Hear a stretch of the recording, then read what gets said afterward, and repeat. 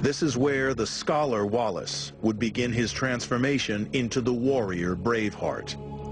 Here he would come into contact with one of the country's most important men, the Bishop, Robert Wishart. Wishart had been appointed to the Scottish government. It was from him that Wallace learnt of his country's worsening political and military situation. In turn, Wishart came to see Wallace as the man who'd carry the church's banner into battle. Glasgow Cathedral is the most magnificent Gothic structure surviving in Scotland. Building it presented an extraordinary challenge. What they're trying to do is emphasize the height as much as possible. A high building is a sign of importance, sophistication, the money that's been spent on it.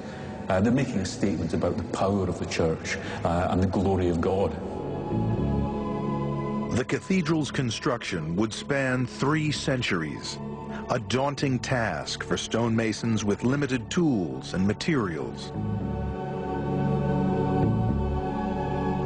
They didn't really have paper, and so what they're doing is they're tracing out the designs, maybe in sand trays, and they're laying out the design so they can express it to the others and show them what they are going to be cutting and constructing. And even the tools for cutting the stone are fairly simple. Large wooden mells, the hammers are used for driving the chisels. They have to find a way of lifting stone blocks more than 100 feet.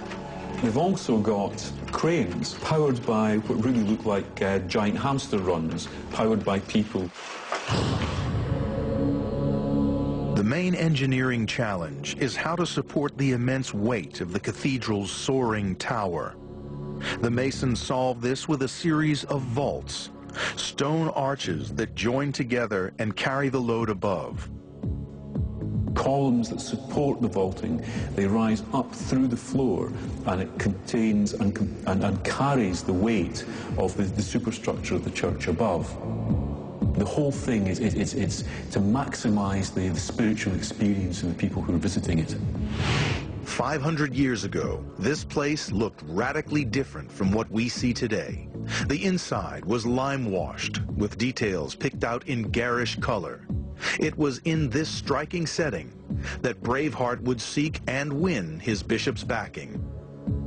The bishop is one of the richest men in Scotland. He controls the revenues of the diocese. He is able to provide material support for Wallace and his army. The bishop's concern will always be to defend the independence of the church. He knows that independence is under threat. There will soon be war with England. And he sees in Braveheart a man who will take up the cause of freedom. In the spring of 1296, the English army masses on the Scottish border. The country and its church is at risk. In the royal town of Lanark, 2 murders will change the course of Scottish history forever.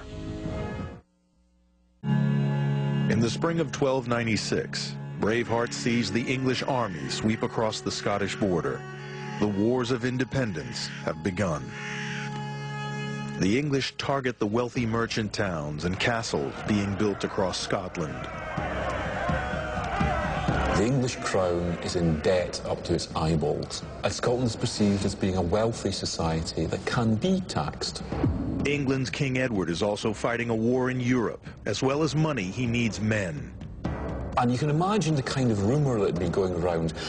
What Edward is actually trying to do is get all the cream of Scottish society, all the best men in Scotland out of the country, send them overseas where they'll be killed fighting in his war. Town after town falls to Edward's army. The Scots barely put up a fight.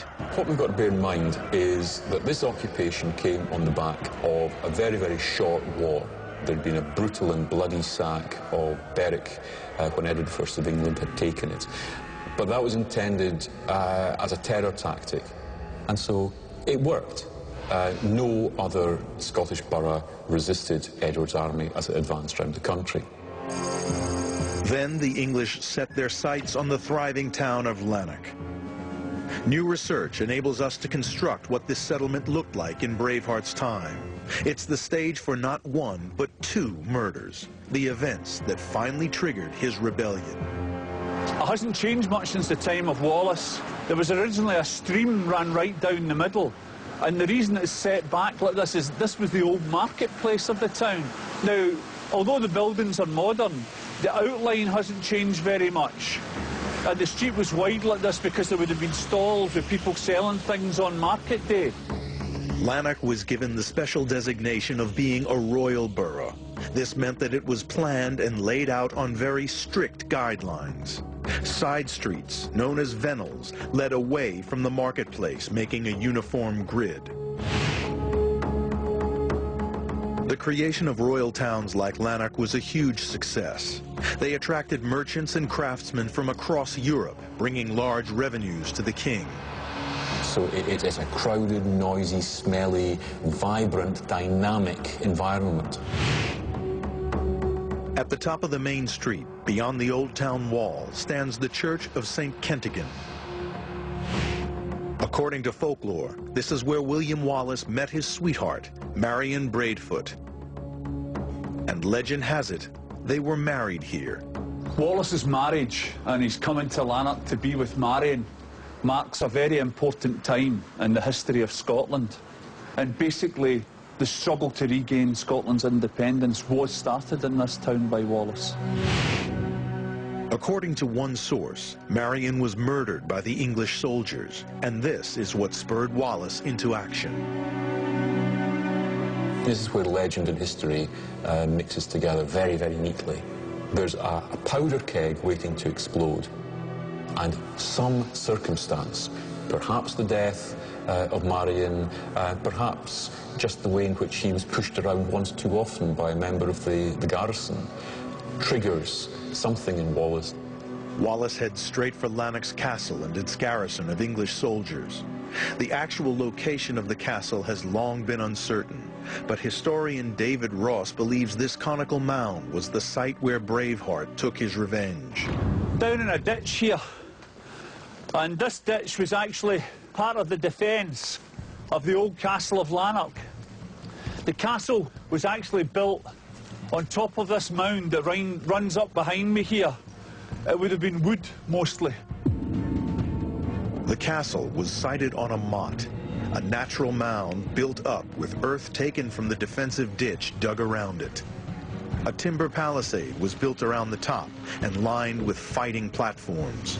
Inside was the sheriff's tower. A flying bridge connected the motte to the courtyard below, known as the bailey. This area contained the soldiers' accommodation, stables, and storehouses. Timber castles can be very quick to build. It's one of the great attractions of them. And although they're very quickly built, they're actually very strong. Overlooking the town, the castle's 70-foot mound was more than just a defensive feature. It would have been quite imposing, this place, because it can be seen for miles around up here on top of the mound. And of course the English would have been flying banners to show that the place was under English occupation. It may have looked impressive, but Lanark's timber fort was by no means impregnable. On a summer night in 1297, Braveheart did the unthinkable. Somehow, he entered the castle and took on the English commander, Sheriff Heselrigg. And Wallace came here in retaliation for the murder of his wife, and somewhere within the building that stood here, he came face to face with her murderer, and he said, "I am Wallace. Die, Heselrigg." As he fled the timber fort, he set it on fire, burning it to the ground and destroying it forever. The murder of Sheriff Heselrigg was the first of Braveheart's deeds to be recorded as fact. This misty man of legend suddenly steps fully grown onto the pages of our history books. News of Braveheart's uprising spread like wildfire across Britain. Young men of a like mind started to flock to Wallace's banner. The Scottish War of Independence was about to begin.